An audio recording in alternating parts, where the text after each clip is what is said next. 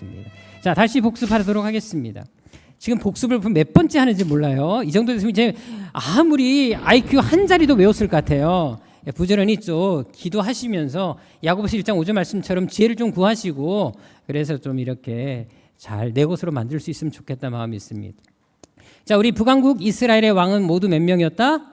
19명이었고 그 다음에 이제 마지막 왕이 호세아 왕이었다. 그래서 주전 722년 또는 주전 721년에 어느 나라에 의해서 아수르에서 멸망을 했습니다. 그리고 이제 남왕국은 모두 몇 명의 왕들이 있었습니까? 분열왕국에 20명의 왕이 있었고요. 그리고 마지막 왕은 누구였습니까? 시드기야였습니다. 그리고 어느 나라에서 멸망했다? 바벨론에서 멸망했습니다. 주전 587년 또는 586년에 멸망을 했습니다. 이 멸망 연도도 쭉 기억하셔야 돼요. 어느 정도는. 이거를 아셔야지만 예언서를 이해하는 데 도움이 참 많이 됩니다. 특별히 오늘 미가서를 공부할 때는 이 연도가 아셔야 된다는 사실을 아셔야 됩니다. 그러니까 우리가 어떤 예언서를 공부할 때 가장 기본적인 연도들이 있어요. 그런 것들은 좀 알고 가시는 것이 훨씬 여러분들에게 좋습니다. 왜냐하면 요나서 같은 경우도 우리가 공부했지만 요나서의 그 말씀 한마디에 아수르 사람들이 회개했다. 말이 안 되잖아요. 낯선 사람이 와서 이 나라 멸망한다 그러는데 당연히 싫어하고 이상한 말 하는 사람 우리나라를 저전에서 때려 죽여야 정상 아닙니까? 근데도 그 말 한마디에 다 회개했단 말이에요. 전혀 낯선 사람이 와서 그렇게 선포함에도 불구하고. 근데 우리가 배운 것처럼 그 시대 연대를 아니까 그 연대를 충해 보니까 그 시대에 어떤 사건이 있는지 알게 됐었잖아요. 그래서 개길시기를 났고 전염병이 돌았고 그러니까 그 말 한마디에 회개할 수밖에 없었습니다. 그런 것처럼 우리가 성경을 알 때 이 연대도 꼭 중요한 것들이 있어요. 그런 것들은 반드시 또 알고 넘어가셔야지만 훨씬 여러분들에게 이렇게 성경 전체를 이해하는 데 도움이 많이 됩니다. 우리가 지난주 하박국에 대해서 공부했지만 우리가 하박국도 공부해 보시니까 어때요? 그 안에 얼마나 많은 내용들이 들어있습니까? 그리고 역사적인 배경들이 되게 많았잖아요.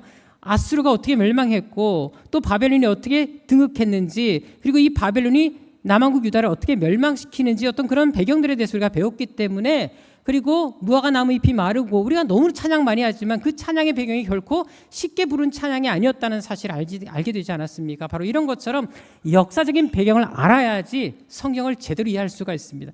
왜 유다 왕국이 멸망 전에 그렇게 왕들이 자꾸 바뀌었는지 보니까 아셨잖아요. 애굽에 치고 바벨론이 치다 보니까 왕들이 바뀌게 됐던 그 역사들을 우리가 하박국을 통해서 지난주 배워왔습니다. 또 주일날 우리 에스더 공부했지만 왜 갑자기 포로 귀환이 일어날 수 있었는지, 이 아닥사스다 왕이 왜 갑자기 2차 3차에 걸쳐서 백성들을 보냈는지 그 역사를 공부하니까 확 들어오지 않습니까? 근데 그건 성경에 안 나타난단 말이에요.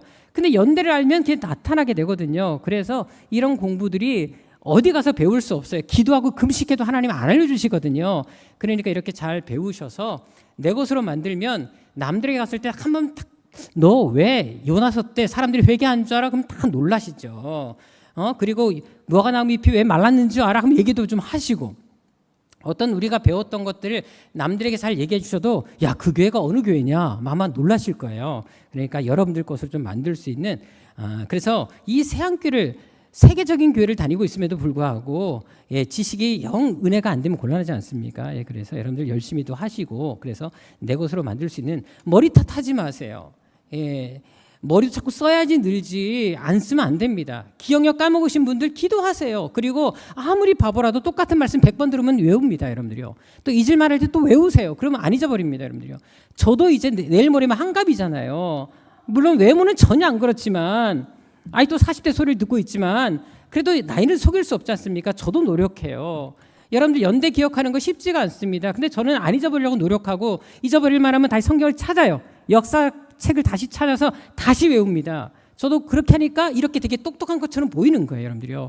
그러니까 여러분들 스스로도 좀 많이 노력하셔서 내 것을 만들 수 있는 또 우리 새한교회 이런 자부심이 있잖아요. 그렇게 해서 좀 잘 했으면 좋겠다 마음이 있습니다.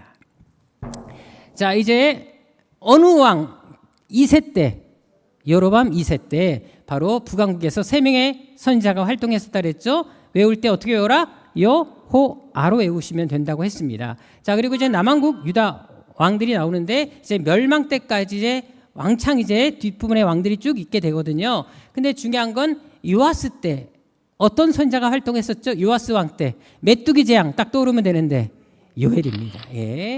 자, 그다음에 우리가 배웠죠? 요엘이 누구한테 청혼하죠? 이미나한테 청혼했었죠. 그래서 결혼을 해달라고 예스 했더니 어떻게 했죠?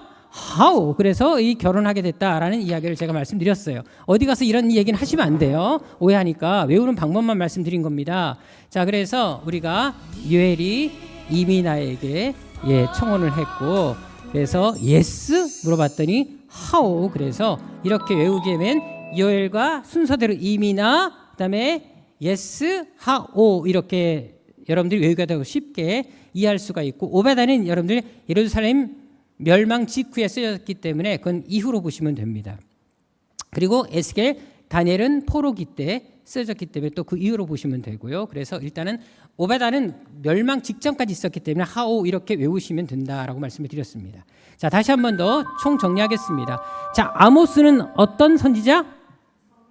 정의야 공의의 선지자. 그렇게 여러분 기억하시면 됩니다. 그래서 사회의 정의를 부르짖었고, 그래서 내용에 보게 되면 공의, 정의 이런 말들이 계속 등장하게 됩니다. 호세아는 어떤 선지자?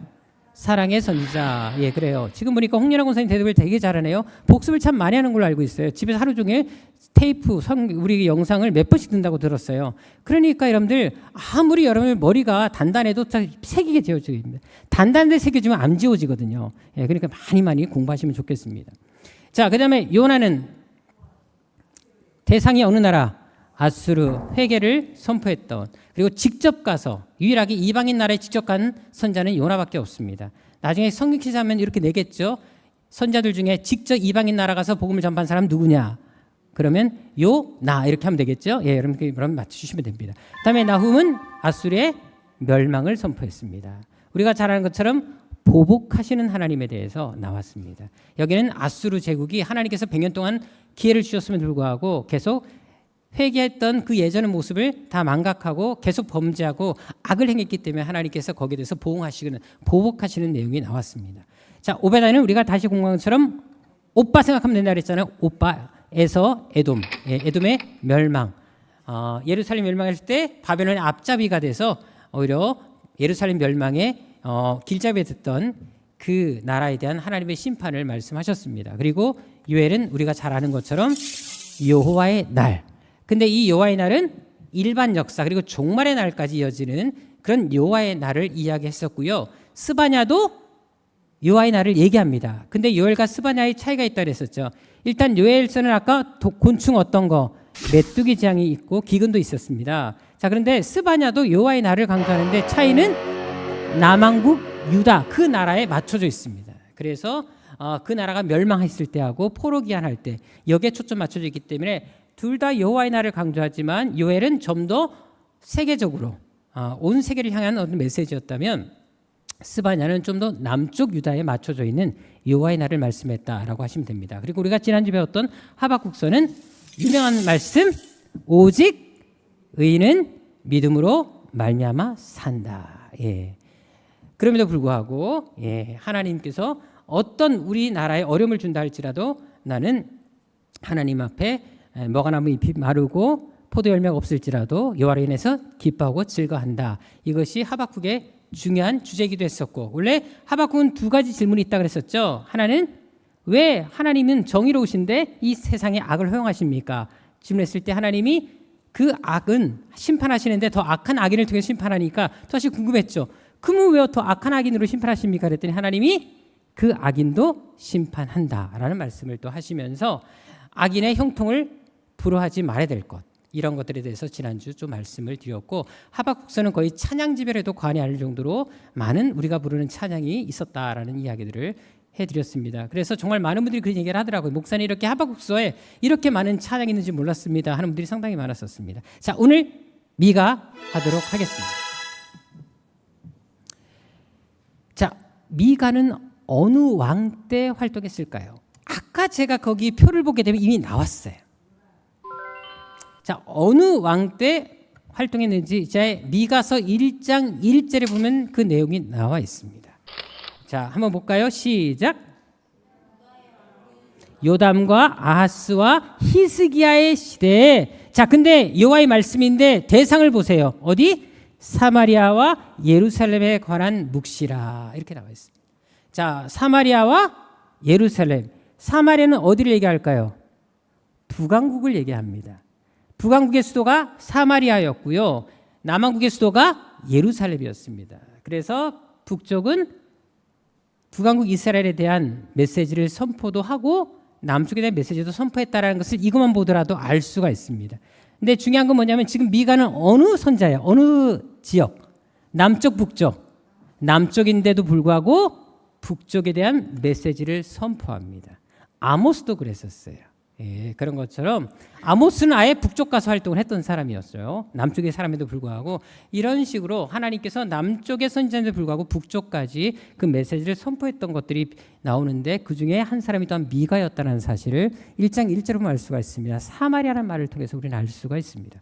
자, 그런데 이 요담, 아하스, 히스기야가 언제 시대의 왕이었는지를 그 연대를 보셔야 됩니다.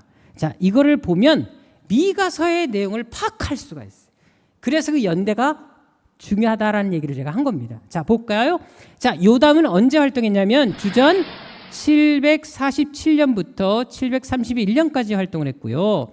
그 아들 아하스는 731년부터 715년, 히스기야는 715년부터 687년까지 왕에 있었습니다. 물론 약간 연대는 조금씩 차이는 있습니다. 근데 일반적으로 우리가 잡고 있는 연대는 이것이 일반적입니다. 자, 그렇다면 이때 요 시대에 북왕국은 어떤 시대였을까요? 이게 되게 중요합니다. 자, 이제 북왕국의 이제 사마리아가 수도라고 말씀을 드렸습니다. 자, 그런데 북왕국은 어떤 시기를 맞이하고 있었을까요? 자, 우리 힌트를 드리겠습니다. 아까 우리가 연대 정도로 꼭 기억하실 필요 있다고 말씀드렸던 멸망 연대를 생각해 보십시다. 자, 남쪽은 몇 년도에 멸망했다고요? 주전 587년 또는 6년. 북쪽은 722년 1년. 자, 보세요. 요담, 아하스, 히스기야 때 그럼 북왕국은 어땠을 것 같습니까? 활동했을 때 멸망했습니다. 다시 말해서 미가가 등장했을 때는 북왕국이 되게 혼란스러운 시기였고 멸망 전후였다라는 것입니다. 그러니까 북왕국은 상당히 위기 시대였다라는 겁니다. 그 나라가 망국으로 치닫고 있는 그 과도기에 미가가 활동했다라는 사실을 알게 됩니다. 그래서 왕들과 연대가 때로는 필요하다고 말씀을 드린 거예요. 그러니까 지금 미가가 활동한 시대는 북왕국이 멸망 전후, 그러니까 멸망이 전과 멸망한 그 시기 그리고 멸망한 다음에 활동했던 선지였다는 사실을 알게 됩니다. 자, 그럼 생각해 보세요. 북왕국이 멸망했다면 이것이 하나의 거울 삼게 되잖아요. 그러니까 이것을 가지고 남왕국에도 그 메시지를 선포할 수밖에 없겠죠. 그러니까 바로 이 메시지가 미가에 들어옵니다. 그러니까 여러분들이 그러니까 이런 왕들에 대해서 이해를 하시는 것도 연대를 이해하는 것도 되게 중요한 메시지를 찾는 데 도움이 된다라는 겁니다.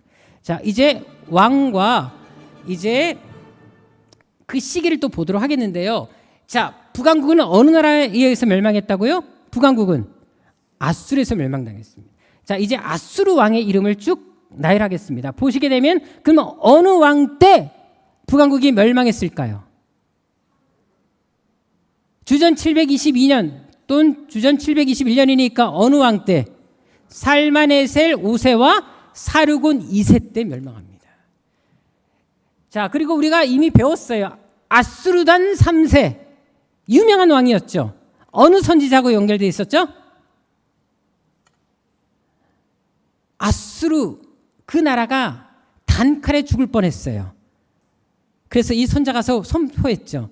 3일 길을 가지 않고 하루만 갔지만 아수르 단 요나입니다. 이렇게 의심하는 거예요. 자, 요나가 이 왕 때 가서 심판을 선포했습니다. 주전 771년부터 755년 이때 바로 개길식도 일어났고 그리고 전염병이 돌았다라는 사실을 알게 됩니다. 자, 그리고 나서 이 나라가 조금 휘청하다가 그때는 그래도 하나님을 섬겼단 말이에요. 그리고 나서 바로 하나님을 버리고 또 우상을 섬기기 시작했죠.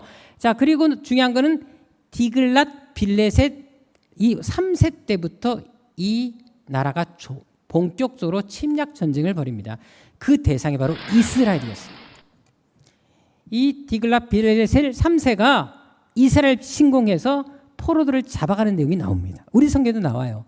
그러니까 아수르가 그렇게 요나의 은혜를 입었음에도 불구하고 몇십 년 가지 못해서 바로 이스라엘 침공했다는 사실을 아시게 됩니다. 그리고 또 다시 살만 에셀 5세가 살만하니까 침공했겠죠.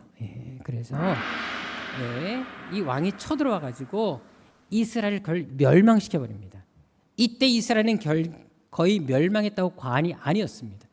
그리고 나서 바로 이 사람이 또 죽네요. 그래서 바로 사르곤 2세가 바로 왕위를 이으면서 마무리를 끝내버려요. 그래서 이스라엘은 살만 에셀 5세 때 거의 멸망했고 사르곤 2세는 그냥 집어먹은 그런 결과를 양성합니다. 결국은 계속 얻어맞고 포로로 끌려갔고 완전 나라가 초토화돼 버렸습니다.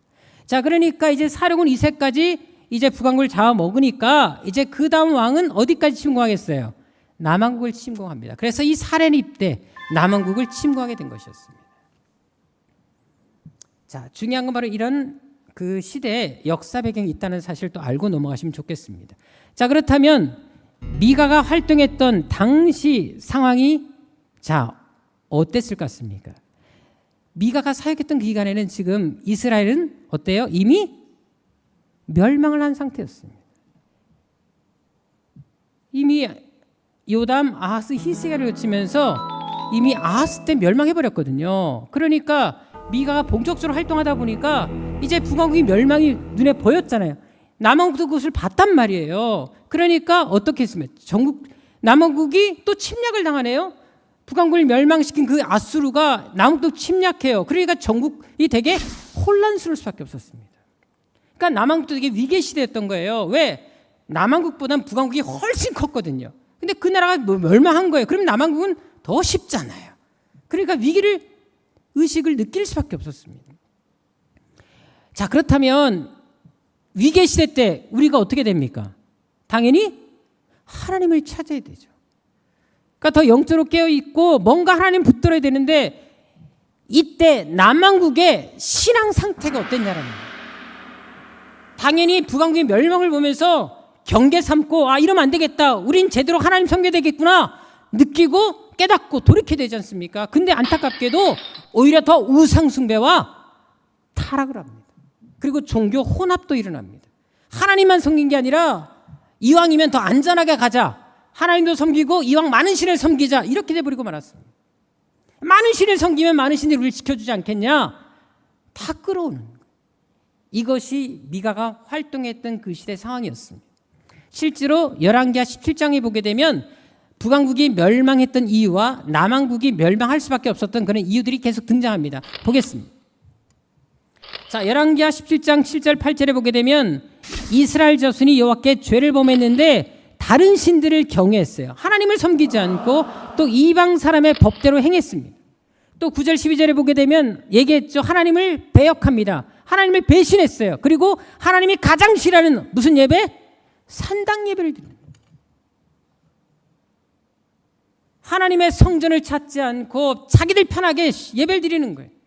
굳이 성전까지 왜 가냐? 밖에서 그냥 예배 드리자. 영상으로 예배 드리자. 그렇게 자기들만의 예배 처소를 만들어버립니다. 산당 예배가 바로 그런 것이었거든요. 그러니까 하나님께서 그들의 악을 보면서 분노하십니다. 그리고 17장 15절 18절에 보세요. 하나님 명령을 다 줘버립니다. 송아지 형상을 만들어서 부어서 만들고 아세라 목상도 섬기고 1월 성신을 섬기고 바알을 섬기고 심지어 자기 자녀를 불살랐습니다. 이게 뭐를 얘기합니까? 어떤 제사?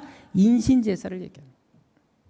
복술과 사슬을 행하고 보세요. 하나님께서 돌이키지 못할 정도로 분노하셨습니다. 이미 이들은 도저히 기다리고 또 기다려도 회개하지 않습니다. 선자들을 계속 보내도 돌이키지 않습니다. 그래서 심히 노하셔서 하나님이 그들을 제거하십니다. 하나님의 심판이 무서운 게 여기 있습니다. 하나님은 참으세요. 우리가 범죄도 참으십니다. 근데 하나님이 손대시면 무서운 심판이 내립니다. 그래서 손대기 전에 우리가 돌이키는 게 이렇게 중요하다는 사실을 알게 됩니다. 자, 그래서 유다 지파 외에는 남은 자가 없었어요. 자, 그런데 문제가 뭔지 아십니까? 하나님의 심판이 임했고 이 심판을 보면서 당연히 남왕국의 사람들은 정말 저들이 멸망한 이유를 우리가 못 쓰니까 이제부터라도 우리나라도 하나님을 잘 믿자. 돌이키는 것이 중요하지 않겠습니까? 중요한 것은 뭐냐면 이렇게 하나님의 심판이 그들에게 이스라엘 백성들에게 임했던 것을 남왕국이 봤음에도 불구하고 그들이 했던 행동을 보십시오. 19절 20절에 보게 되면 이 일은 유다도 여호와의 명령을 지키지 아니합니다. 이방 사람들이 관습대로 다 따라갑니다. 그래서 여호와께서 이스라엘 온 족속을 버리사 괴롭게 하시며 노략군의 손에 넘기고 마침내 그 앞에서 쫓아내시니라. 여러분 중요한 게 뭐냐면 북왕토를 멸망시키신 하나님께서 이제 유다도 포기할 지경까지 이르셨다라는 것입니다. 자, 그래서 미가서 본문 시작을 보게 되면 하나님이 어떤 분이 나옵니다. 여러분 우리가 항상 예언서를 보실 때 첫 장을 보시면 이 첫 장의 내용이 어떻게 흘러갈지가 딱 감이 옵니다. 나움서도 1장에 바로 보복하신 하나님이 딱 나왔잖아요. 그 이유가 다 있어요. 이 민족에 대한 이 예언서에 대한 내용이 이렇게 흘러갈 것에 감을 잡을 수 있습니다. 자, 미가서도 마찬가지입니다. 자, 미가서의 내용이 어떨 것 같아요? 뭐 부드럽고 은혜스럽고 이렇게 나가겠습니까? 아니면 심판적인 메시지가 나가겠습니까? 당연히 심판이 나가죠. 그래서 본문의 시작만 보더라도 심판주 하나님의 모습이 선포가 됩니다. 자, 보세요. 백성들아 너희는 다 들을지어다. 땅과 거기에 있는 모든 것들아 자세히 들을지어다. 하나님이 나오시고 강림하신 와서 또 밟으실 것이라. 그래서 산들이 녹고 골짜기들이 막 갈라집니다. 불 앞에 완전히 지푸라기처럼 다 타버립니다. 완전 땅이 뒤엎어지고 결국 그들의 죄로 인해서 이런 일이 생겼다라고 얘기합니다. 바로 심판주 하나님을 서두에서부터 선포합니다. 1장 1절은 정말 그 말대로 그거예요. 어느 왕 때 활동했다 받은 몫이다. 그건 2절부터 바로 그냥 심판의 메시지를 때려버립니다. 이게 결국은 뭐를 얘기하겠습니까? 남쪽 유다도 그 당시에 타락해 있었다는 것입니다. 결국 남왕국의 멸망 이유 그리고 북왕국이 멸망한 이유가 동일하게 얘기하고 있는 거예요. 결국 뭐 때문이다? 죄 때문이라는 것입니다. 자, 북왕도 죄 때문에 멸망했는데 너희까지도 죄 때문에 멸망당할 것이냐? 하나님이 지금 강림하셨고 진노하셨다. 이 메시지를 보여주고 있는 것입니다. 그러니까 미가서의 주된 내용을 보셔더라도 이제 그런 내용들이 계속 등장하게 됩니다. 그러니까 이제 북왕국이 멸망하겠어요. 그러니까 이제 멸망한 상황에서 이제 남왕국 너희들도 멸망할 수 있다라는 거죠. 너희가 지금의 이 타락길에서 돌이키지 않게 되면 반드시 하나님이 동일하게 너희를 심판하실 것이다. 이것이 바로 미가서의 내용입니다. 아울러 항상 예언서도 그렇지만 심판으로 끝납니까? 예언서가 뭐가 나온다고요? 이어서 회복, 구원의 약속이 주어집니다. 그러면서 또 한 가지 중요한 메시지가 나옵니다. 바로 메시아, 하나님의 나라, 종말에 성취될 하나님의 나라, 메시아를 통한 구원, 이것도 함께 나오지 않습니까? 바로 미가서가 그렇습니다. 그래서 아울러 이 선민에 대해서 하나님의 택한 백성에 대한 회복, 특히 되게 중요한 메시지가 여기 나옵니다. 메시아를 통하는 구원과 승리를 선포합니다. 이게 미가서의 특징입니다. 메시아의 구원과 승리를 아주 강력하게 선포한 것이 미가서입니다. 자, 심판의 메시지를 선포하지만 동시에 구원의 메시지를 선포하는데 이 구원의 선포는 누구를 통해서? 메시아를 통해서 성취된다. 그건 완전한 구원이다. 이 메시지를 선포하고 있습니다. 자, 중요한 것은 아까 보세요. 왕 3명. 누구? 요담, 아하스, 히스기야. 자, 요담 기억하세요? 제가 설교 몇 주 전에 했는데 요담이 누구의 아들이었던지 기억나세요? 요담이 누구의 아들이었는데 문둥병. 우시야. 그래서 그 문둥병 걸린 걸 보고 성전을 가까이 하지 않았잖아요. 재탕 설교 해야 되겠네요. 에이, 별로 몇 주도 안 됐는데 벌써 잊어버리시면 안 되는데. 그때 막 몇 분들 찾아와서 왜 요담이 그랬는지 이해가 됐습니다. 이런 분들 되게 많았는데 그래야지도 재탕 하겠죠. 근데 전 재탕 설교 잘 안 하는데 거의 안 하는데 이제 한번 다시 해야 되겠네요. 한 3년 주기로 하든지 그럼 저도 편할 텐데 그래요. 자, 근데 우리가 아는 것처럼 요담 아하스는 그렇다 치더라도 히스기야는 어때요? 하나님을 잘 섬겼다 안 섬겼다? 섬겼습니다. 자, 근데 히스기야 때 일어났던 유명한 사건이 있죠. 자, 요시야도 그 일을 했는데 종교개혁을 일으켰습니다. 종교개혁을 일으키거든요. 성경 전체에서 제대로 된 종교개혁을 일으킨 사람이 딱 두 왕이 있습니다. 히스기야하고 요시야입니다. 그리고 유월절도 지킨 사람이 두 명인데 히스기야하고 요시야고 성경대로 지킨 사람은 요시야였고요. 산당을 제거한 두 왕이 있습니다. 누구죠? 히스기야, 요시야입니다. 자, 그러니까 미가가 활동했던 시대 때 히스기야가 있었다는 걸 뭘 얘기할까요? 자, 히스기야가 갑자기 종교개혁을 일으켜요? 누구한테 영향을 받았을까요? 누구한테 영향을 받았을까요? 미가에게 받은 겁니다. 자, 여러분들 히스기야가 갑자기 종교개혁을 왜 일으켰겠습니까? 이유가 있어요. 미가의 메시지를 선포하니까 그 말씀을 듣고 아, 이러다가 우리나라 망하겠구나 두려웠던 겁니다. 왜? 북왕국이 멸망한 것을 봤잖아요.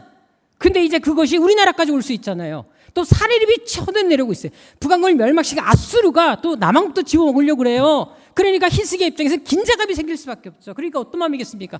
돌이켜야 되겠구나. 종교개혁을 통해서 회개해야 되겠구나. 느낄 수밖에 없죠. 그래서 열왕기하 18장 3절 이하에 보게 되면 히스기야가 다 제거합니다. 산당 제거하고 그리고 아세라 목상 그리고 심지어 모세가 만든 노뱀까지 찍어버리잖아요. 다 없애버리잖아요. 그래서 여호와께 딱 붙어 있었어요. 하나님께서 딱 보니까 너무 마음에 들었어요. 하나님 말씀도 다 지킵니다. 근데 이렇게 된 이유가 뭐라고요? 미가의 메시지였어요. 그래서 시대마다 예언자들이 필요한 이유가 여기 있습니다. 하나님 말씀을 선포했을 때 그 말씀을 듣고 아멘하면 그 나라가 살아가는 거예요. 살아납니다. 근데 그 말씀을 선포했을 때 듣지 않으면 멸망할 수밖에 없었어요.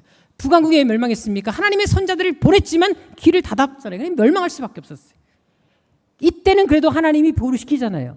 또 요시야 때 보루시켰습니다. 근데 그 이후에 열심히 선자가 활동해도 듣지 않으니까 멸망시킨 겁니다. 목회자들이 여러분들 향해서 어떤 말씀을 선포할 때도 마찬가지예요. 여러분들이요, 내 마음에 듣기 싫은 말씀이라도 하나님 말씀이면 아멘 하실 필요가 있어요. 나를 살리는 말씀일 수 있거든요.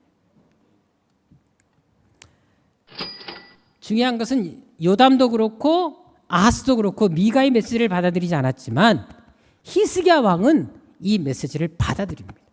그래서 종교개혁이 일어난 것입니다. 또한 선지자가 있었어요. 이건 제가 나중에 또 설명하긴 할 건데 물론 여기서 잠깐 언급 나옵니다. 자, 미가 때 활동했던 또 한 명의 선지자가 있었어요. 그 선자와 함께 이 히스기야 왕에게 영향을 주는 선자가 또 한 명 있었습니다. 혹시 누군지 아세요? 앞으로 배울 건데 그럼 앞으로 배울 사람이 누구겠어요? 이사야죠. 이사야. 자, 일단은 그건 조금 이따 말씀드리는 걸 하고, 그래서 히스기야가 병들었을 때 누가 찾아가서? 이사야가 찾아가잖아요. 성경 좀 읽으셔요. 예. 뭐 열심히 통독하시는 건 좋습니다. 근데 제가 다시 말씀드리지만 자기 나이만큼 읽으셔야 됩니다. 예. 그럼 부지런히 읽으셔야 되겠죠. 예. 자, 재미있는 게 뭔지 아십니까? 예레미야 시대는 히스기야로부터 100년이 더 넘은 이후의 시대입니다. 자, 그런데 예레미야 시대 때 그 당시 장로들이 있잖아요. 장로들이 있었는데 그 장로들이 이제 이 나라가 이제 멸망할 때가 딱 되는 걸 다 느껴요. 그때 이 장로들이 이 히스기야가 미가의 예언을 듣고 회개해서 살았다, 그 이야기를 인용을 합니다. 자, 예레미야가 그때 되게 위기에 처해 있었거든요. 목숨이 위태로웠는데 예레미야를 살리기 위해서 장로들이 예레미야 죽이지 마십시오. 옳은 소리 하는 건 하나님의 뜻입니다. 그러니까 죽이지 마세요. 왜? 히스기야 왕도 미가의 메시지를 듣고 회개해서 나라가 살았으니까 우리도 예레미야 죽이지 말고 살려야 되고 하나님 말씀 드려야 됩니다 하기 위해서 그때 잠깐 변하는 내용이 나오는데 한번 보겠습니다. 자, 미리 알려드릴게요. 예레미야는 어떤 선지자냐? 자, 따라해 보겠습니다. 눈물의 선지자. 너무 많이 울었어요. 그래갖고 하여간 울고 애통하고 너무 민족을 위해서 많이 울었던 사람, 그래서 눈물의 선자로 알려져 있습니다. 자기 나오죠. 히스기야 시대 때 미가가 메시지를 선포했어요. 그래서 심판의 메시지를 선포했는데 히스기야가 여호와를 두려워했어요. 그래서 본인이 회개하고 종교를 일으켰기 때문에 하나님의 재앙이 임하지 않았다. 이 얘기를 지금 히스기야가 죽은 다음에 한 100년이 더 지나서 예레미야가 위기에 처했을 때 예레미야를 살리기 위해서 이 얘기를 하게 됩니다. 뭐냐면 예레미야는 계속 심판 예언을 해요. 그때가 제일 멸망 바로 직전이었거든요. 예레미야는 쉽게 말해서 상당히 깁니다. 요시야 왕 때부터 시작해서 유다가 망할 때까지 여러 왕들을 거치게 되잖아요. 그때 다 활동합니다. 그러니까 모든 걸 다 겪은 사람이에요. 그래서 하나님 메시지를 듣고 뭐 요야김, 요아스, 요야긴, 시드기야까지 계속 회개를 선포하고 막 말씀을 전하고 막 그래요. 근데 끝까지 그들이 돌이키지 않습니다. 그리고는 제사장들과 거짓 선지자들이 이 예레미야를 죽이려고 했어요. 그때 이 장로들이 예레미야를 살리기 위해서 이 얘기를 하게 된 것이었습니다. 중요한 것은 아까 말씀드린 것처럼 요야김, 요야긴, 시드기야 때까지 이 예레미야가 정말로 하나님 말씀을 끝까지 전해요. 제발 바벨론을 대적하지 말아라. 우리나라 바벨론 멸망당한다. 애굽 의지하지 말아라. 예레미야 내용이 바로 그런 내용이에요. 근데 나라 입장에서는 어때요? 적국에 항복하라 그러니까 매국노처럼 보인 겁니다. 그래서 계속 그를 죽이려고 해요. 그래서 예레미야가 아무리 심판을 선포해도 그들을 듣지 않습니다. 그리고 예레미야를 옥에 가둡니다. 그리고 시간 날 때마다 계속 죽이려고 했습니다. 그래서 결국 멸망을 당하게 된 것입니다. 하나님의 선자의 말씀을 듣지 않아서. 그러니까 미가는 메시지를 선포했을 때 히스기야가 듣고 회개했잖아요. 여기 나와 있는 것처럼. 근데 100년이 지난 다음 이제 정말 유다가 멸망 직전에 있을 때 예레미야가 아무리 말씀을 선포해도 그들이 듣지 않습니다. 그러니까 답답한 장로들이 예레미야를 살리고 싶어서 그렇게 예전 이야기를 100년 전의 이야기를 끌어와서 얘기를 하고 있는 겁니다. 그러니까 참고적으로 알아두시라고 말씀을 드리는 거예요. 그러니까 히스기야의 종교개혁은 결국 누구 때문에 일어났다? 미가 때문에 일어났다. 또 이사야 때문에 일어났다라는 사실을 우리는 요 한 요절에서 충분히 알 수가 있습니다. 그래서 우리가 하나님 말씀을 선포될 때 이 말씀을 나의 것으로 받는 것이 이렇게 중요합니다, 여러분들요. 미가도 그랬고 예레미야도 그렇지만 그 말씀을 들었던 히스기야는 회개했고 돌이켜서 멸망을 당하지 않고 오히려 아수르 손에서 구원받지 않습니까? 하나님이 천사를 보내서 18만 5천 명을 아수르군을 한 번에 다 멸망시키지 않습니까? 그렇게 강대국을 하루쯤에 초토화시키는 하나님의 역사가 나타나잖아요. 근데 예레미야 선지자가 말씀 전할 땐 듣지 않으니까 그 나라가 멸망당하지 않습니까? 그래서 우리가 하나님 말씀이 선포될 때 어떤 자세로 듣느냐가 되게 중요합니다. 우리가 주일날 셀라눔 하잖아요. 여러분 셀라눔 왜 하십니까? 목사님 주일날 설교한 내용 갖고 여러분 판단하라고? 그럴 것 같으면 셀라눔 할 필요가 없어요. 목사님 설교 어려웠다, 힘들었다, 막 그런 얘기 하라는 게 아니잖아요. 뭔가 그 속에서 내 말씀 하나를 붙잡고 삶에 적용하려고 하는 것이 말씀 듣는 자세잖아요. 목장들이 또 그렇게 유도하는 게 맞습니다, 여러분들이요. 하나님 말씀을 내 것으로 단 한 절이라도 다 이해 못하더라도 어렵더라도 그래도 그 속에 들려질 한 가지 말씀이 있다면 적용할 수 있잖아요. 근데 남들이 은혜 받는데 나 혼자 은혜 못 받았다? 이 사람이 문제가 있는 거죠, 여러분들이요. 말씀의 밭이 준비가 안 돼. 말씀은 똑같아요. 받는 밭이 틀리니까 은혜가 안 되는 겁니다, 여러분들. 히브리서 3장 7절 이하도 나와 있지만 하나님 말씀이 선포됐을 때 절대 하나님의 음성이 들리거든 강팍해 하지 말아라. 완고하게 하지 말아라. 길을 닫지 말아라. 왜? 놀라운 말씀하십니다. 하나님 말씀을 우리가 제대로 듣지 않을 때는 구원의 문제에 영향을 줄 수 있다는 사실을 언급하고 있습니다. 지금 믿는 자들에게 말씀하고 있는 거거든요. 불신자들에게 말하는 게 아닙니다. 히브리서는 믿는 자들을 대상으로 설교한 내용이에요. 다시 말해서 여러분들 우리의 구원은 특별하게 포기되지 않습니다. 웬만해서 포기되지 않아요. 우리가 버리지 않는 한. 그런데 하나님 말씀을 선포될 때 완과 끝까지 거부하면 구원의 문제에 영향을 줄 수 있다는 사실. 바로 이스라엘 백성들이 그렇게 나오지 않습니까? 광야에서 하나님 말씀이 선포될 때마다 계속 불피하고 엄마하고 거부하잖아요. 멸망하지 않습니다. 그래서 말씀 듣는 자세가 참 중요합니다. 그래서 주일날 왔을 때도 제일 먼저 오늘 하나님 말씀을 은혜로 받게 해주시고 깨닫게 해주시고 성령여 도와주십시오. 내 육신 피곤하지 않게 해 주옵소서. 막 졸림에 일어나서 하나님 말씀 드리려고 노력하고 이런 모습이 필요하다는 것입니다. 너무 목소리가 달콤하다 보니까 그냥 입신하고 이런 게 아니죠. 이 말씀을 우리가 제대로 들을 때 어떤 유익이 옵니까? 여러분 사도행전에 보게 되면 14장에 보면 루스드라에서 안지매를 고치는 사건 나오잖아요. 그 사건을 잘 보세요. 왜 그가 나면서 안진뱅이가 왜 고침받은 줄 아십니까? 잘 보세요. 자, 걸어본 적이 없어요. 나면서부터. 근데 이 사람이 바울이 말하는 것을 어떻게 했다고요? 들었대요. 근데 들을 때 대충 들은 게 아니에요. 경청해서 들었어요. 그러니까 바울이 딱 보니까 말씀을 너무 잘 듣고 있는 거예요. 스폰지처럼 빨아들이네요. 아, 이 사람이라면 일어날 수 있겠구나. 믿음이 있겠구나. 선포하게 일어나게 되는 것입니다. 여러분. 기적이 나기 전에 말씀이 선포되고 그 말씀을 아멘으로 받으니까 기적도 나타나고 역사도 나타나는 것입니다. 그래서 이렇게 벌떡 일어났잖아요.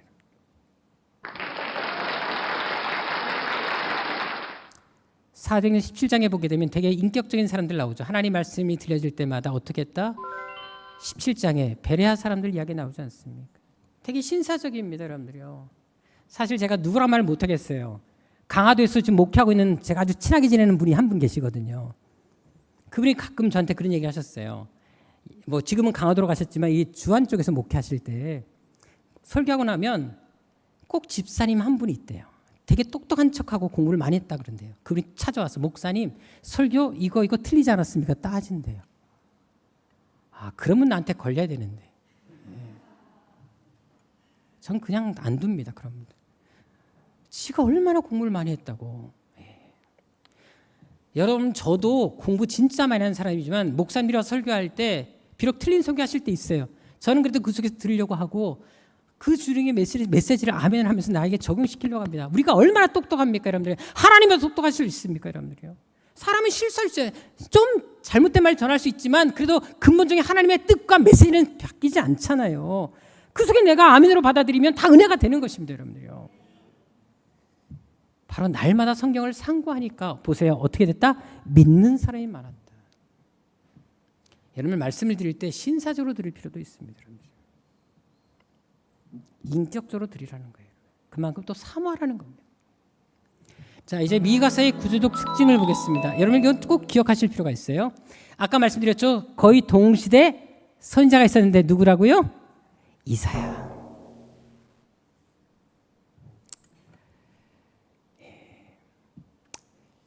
이제 이렇게 외우시면 됩니다. 사실 되게 아름다운 집이 있어요. 근데 그 집에 여러분을 딱 보면 어떤 마음이겠어요? 가고 싶겠어요? 안 가고 싶겠어요? 이사하고 싶겠죠. 미가 아름다운 집을 보니까 이사야 했구나. 이렇게 외우시면 아주 쉽습니다. 아시겠죠? 자, 미가 이사야. 예. 거의 동시대 사람이었습니다. 자, 이제 보여드리겠습니다. 자, 이제 9월 첫째 우리가 이사야를 배울 건데 그때 제가 이사야 하면 누구 선지자 물어볼 거예요. 그때 미가 얘기하셔야지 갑자기 나훔 이러면 심판당합니다. 여러분들. 그러니까 잘 공부하셔야 돼요. 자, 미가 이사야. 자, 비교해 보세요. 미가는 어느 왕 때? 요담, 아스, 히스기야 때. 자, 그리고 이사야 1장 1절에 보면 이사야는 언제 활동했냐? 우시야, 요담, 아스, 히스기야.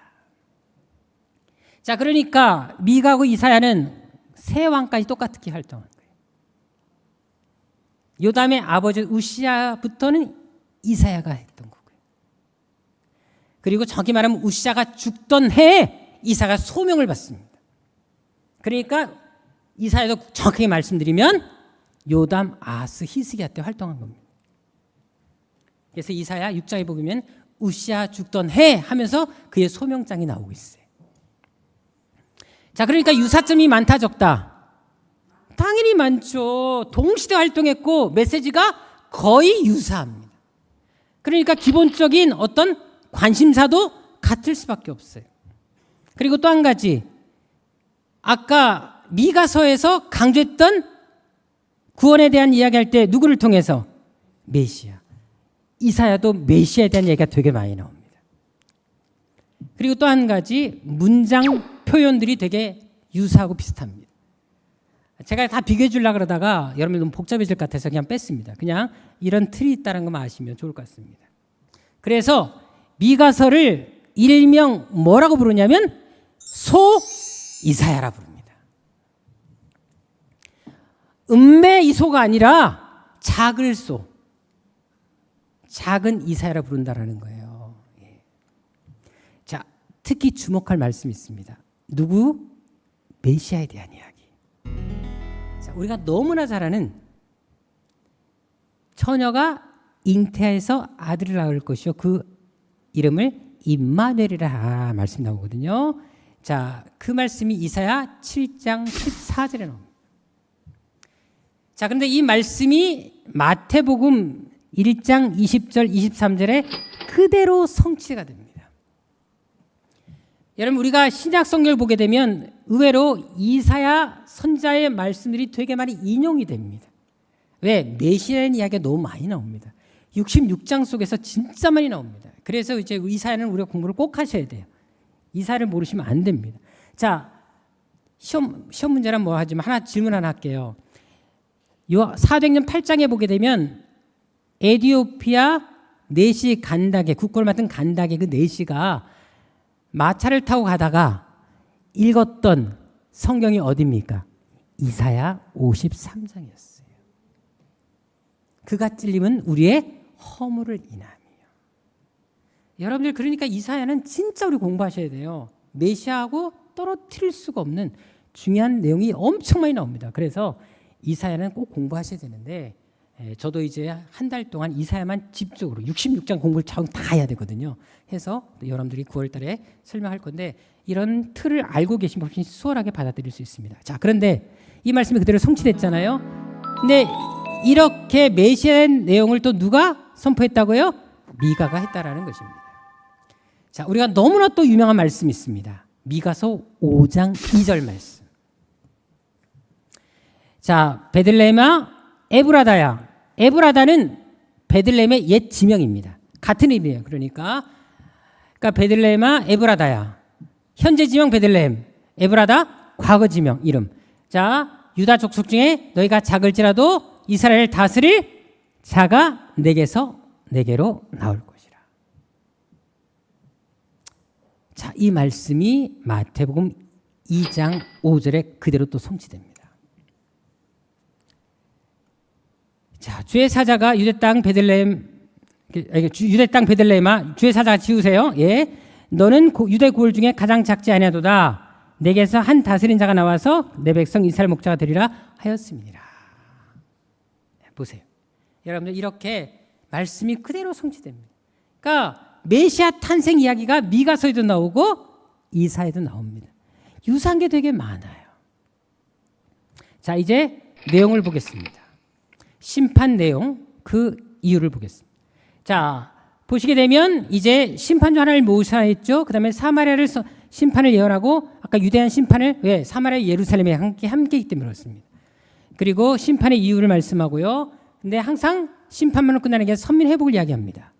그리고 나서 또 다시 지도자들의 심판을 얘기를 합니다. 그리고 가장 또 중요한 게 4장부터가 4장 5장에 걸쳐서 하나님 나라의 영광을 얘기하는데요. 바로 메시아 왕국에 대한 이야기를 하게 됩니다. 그래서 메시아의 탄생과 메시아의 승리가 나오고요. 그리고 다시 6장부터 7장에 보게 되면 심판과 그 이유에 대한 당위성, 하나님의 심판의 정당성과 회개를 권면하는 내용들이 나오는데, 자, 보세요. 여기 보게 되면 미가의 답변, 미가의 탄식, 미가의 확신, 미가의 간구, 이렇게 미가 선지자가 하나님께 대해서 탄원하고 또 본인의 어떤 신앙 고백하는 내용들이 다른 선지자가 좀 다르게 또 많이 등장하게 됩니다. 이런 것들도 여러분들이 알아두시면 훨씬 읽을 때 도움이 될 것 같습니다. 자, 특별히 주목한 말씀이 하나 나옵니다. 미가의 답변, 여기서 나옵니다. 자, 6장 1절 5절에 보게 되면 하나님의 변론을 이제 합니다. 하나님의 변론이 두 개가 나오는데, 이제 그들 향해서 하나님이 말씀을 선포하세요. 그랬을 때 이제 그들이 이스라엘 사람들이 당시 어떤 마음이었는지를 대변해 주고 있는데요. 그들은 이런 마음을 가지고 있었어요. 그러니까 당시 이스라엘 사람들이 종교적 외식행위에 빠져 있었거든요. 이제 그런 부분들을 얘기하고 있습니다. 그래가지고 내가 무엇을 가지고 하나님께 나아가며 하나님을 경배할까? 이 사람들은 뭐냐면 형식에 빠져 있었어요. 그냥 주일날 한번 가서 예배 드리면 다 되잖아. 뭐 영상 예배 한번 드리면 끝나지. 이걸로 그냥 간단히 떼어버린 거예요. 그러니까 하나님께서는 이걸 보면서 너무 마음이 너무 안타까웠던 게 뭐냐면 그들은 그렇게 한 번 예배드리는 걸 다 의무를 다했다 생각한 거예요. 근데 실제로 삶은 엉망이었거든요. 그래서 하나님께서 이 말씀과 함께 나오는 유명한 말씀이 미가서 6장 8절의 말씀입니다. 6절 7절에 이들의 고백, 종교적 외식 행위를 지적해요. 자, 그런 다음에 미가가 답변합니다. 야, 너희들 이렇게 살고 있잖아. 이건 아니지 하면서 그가 제시하는 내용이라면 유명한 말씀이 나옵니다. 사람아, 주께서 선한 것이 무엇인지를 내게 보이셨느니 너희가 그냥 예배 한번 드린 걸로 선하게 생각하지 마. 여호와께서 내게 구하는 것은 정의와 사랑, 하나님과 동행하는 거잖아.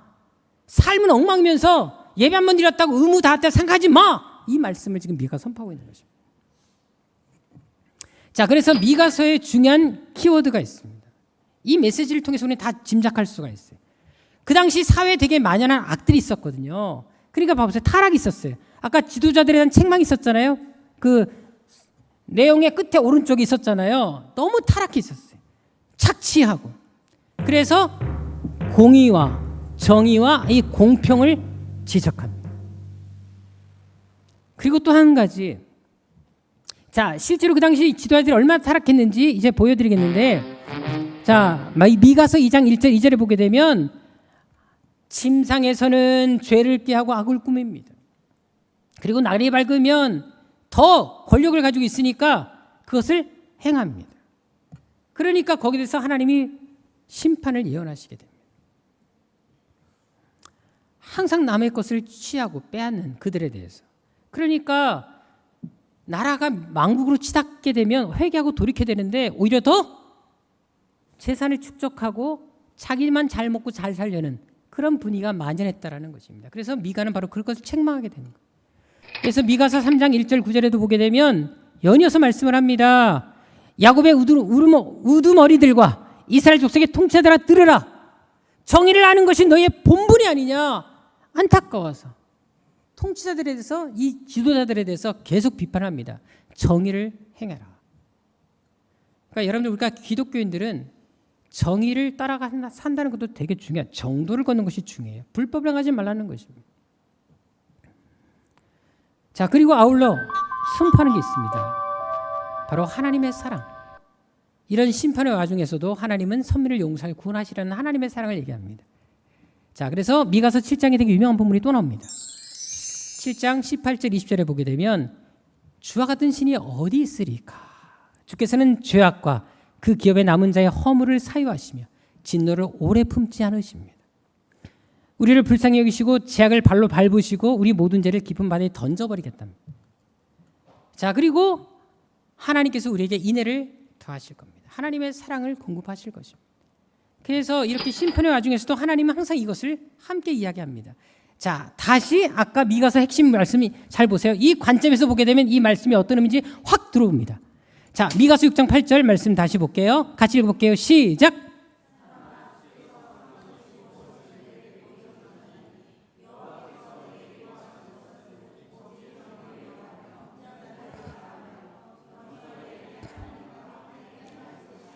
자, 우리가 지금까지 배웠던 한 가지, 아모스 선지자가 강조했던 것이 뭐라고요? 하나님의 공의와 정의. 자, 바로 이것을 강조했습니다. 자, 그런데 이제 다시 호세아 선지자가 강조했던 것이 뭐였습니까? 사랑이었습니다. 자, 이것이 미가서에 다 들어가 있습니다.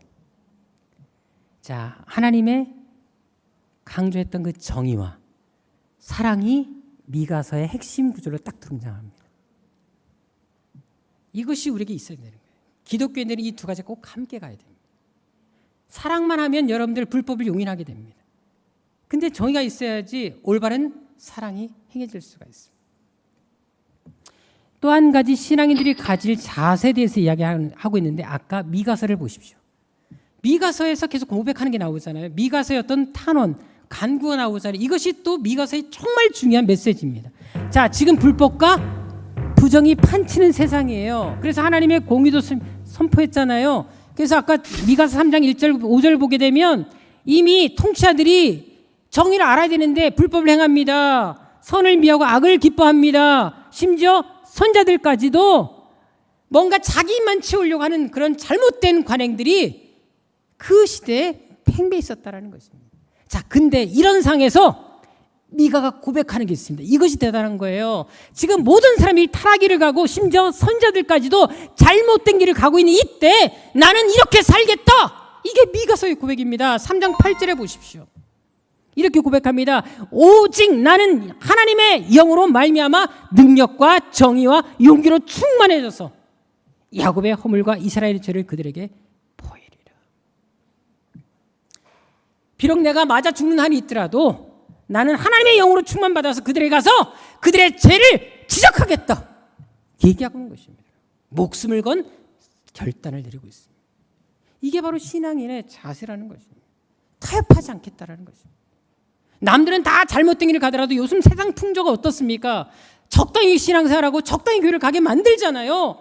근데 그런 사람들이 아무리 교회가 많아진다 할지라도 나만큼은 미가처럼 이렇게 하나님의 편에 서 있는 사람이 되라는 것입니다. 더구나 미가 시대에는 가족관계, 이웃관계 다 깨졌어요. 신뢰가 다 깨졌어요. 그래서 우리가 너무나 유명한 말씀이 미가서 7장 5절 6절에 나옵니다. 어떤 말씀입니까? 너희는 이웃을 믿지 말며 친구를 의지하지 말며 내 품에 누운 여인에게라도 아내에게도 내 입의 문을 지킬지어다. 아들이 아버지를 멸시하며 딸이 어머니를 대적하고 며느리가 시어머니를 대적하리니 사람의 원수가 곧 자기 집안 사람이다. 예수님이 하신 말씀이잖아요. 예수님이 인용하신 거예요. 자, 그래서 우리가 부부를 두 글자로 뭐라 얘기하죠? 왼수. 네 글자로 평생 왼수. 자, 이런 상황에서도 미가가 고백하는 내용이 7장 7절에 나옵니다. 다른 사람들이 관계가 다 깨어지고 나를 원수처럼 취급하고 나를 대적한다 할지라도 믿었던 사람이 나를 배반한다 할지라도 그는 고백해 이렇게 합니다. 오직 나는 여호와를 우러러보며 하나님을 바라보나니 나의 하나님이 나에게 귀를 기울이시로다. 이게 바로 미가서의 위대한 신앙입니다. 다 타락해도 다 나를 멸시하고 손깍질해도 나는 하나님을 바라보겠다. 친구를 잃고 가족을 잃어도 하나님 편에 서겠다. 이게 미가의 고백이었습니다. 여기에 쓰인 하나님을 바라본다는 말, 야할이라는 말이 있어요. 이 말이 여러분들 대단한 말입니다. 자, 이런 위기 상황에서도 끝까지 나는 하나님을 바라본다. 하나님께 소망을 둔다. 이렇게 고백했던 한 후손들이 있었습니다. 누군지 아십니까? 고라의 자손들이었어요. 고라가 어떤 사람이 아시죠? 모세를 대적했다가 땅이 갈라져서 멸망했던 그 고라의 자손들이 아버지의 죽음을 보면서도 불구하고 아버지와 다른 삶을 살려고 결단합니다. 생각해보세요. 아버지를 땅에 갈라서 죽게 하신 하나님 믿고 싶겠습니까?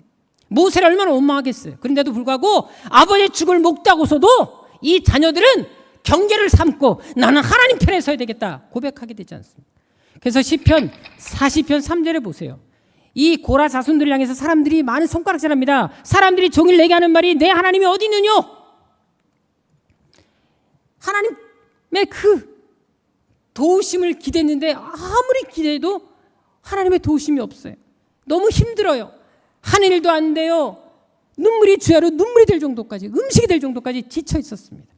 자, 근데도 그들이 42장 5절에 이렇게 고백합니다. 시편 42편은 고라 자손의 시입니다. 내 영혼아 어찌 네가 낙심하느냐? 어찌 내 속에 불안해느냐? 너는 하나님께 소망을 두라. 반드시 그가 나타나서 나를 도와주실 거며 나는 하나님을 찬송하게 될 것이다. 스스로에게 얘기하는 거예요. 왜 낙심하니? 일어나! 일어나야지! 스스로에게 계속 채찍질하는 것입니다. 이 하나님께 소망을 두라. 이게 바로 야할이라는 나라가 쓰여지고 있습니다. 시편 40편 10절에 또 얘기합니다. 내 뼈를 찌르는 칼같이 내 대적이 나를 비방하며 늘 내게 하는 말, 내 하나님이 어디 있느냐? 야, 하나님 이렇게 살아계신 너 이렇게 살게 두겠어? 이렇게 찌질하게 살게 두겠어? 사업도 안 되게 하고 말이 안 되잖아. 하나님 없잖아. 하나님 살긴 증거 보여봐. 그때 이 고라의 자손들이 했던 고백이 11절에 또 나옵니다. 스스로에게 또 얘기합니다. 어째 낙심하니? 왜 불안해하니? 하나님께 소망을 두라니까. 계속 자기와의 싸움을 합니다. 낙심하고 절망한 게 아니라 그럴수록 하나님을 바라보는 이 신앙이 위대하지 않습니까? 미가가 바로 이렇게 했다라는 겁니다, 여러분들요. 이 7, 8월 달 한참 무더운 때 여러 가지 상황이 어렵고 힘들 수 있겠지만 그런 상황에서도 이 미가처럼 고라사손처럼 하나님을 바라보는 우리 새학교 성도들이 되시기를 주님의 이름으로 축원합니다. 기도하겠습니다. 아버지 하나님, 정말 예수 잘 믿게 하여 주옵소서. 아버지 하나님, 정말 우리가 이 땅을 살아가면서 우리가 기대하지 못했던, 생각지 못했던, 상상하지 못했던 어려움들이 우리에게 앞에 놓일 수가 있습니다. 때로는 아플 수도 있고 하는 일이 꼬일 수도 있고 가족관계가 깨어지기도 하고 사회에서 또 이웃관계가 깨어지기도 하며 사람 때문에 상처받을 수도 있습니다.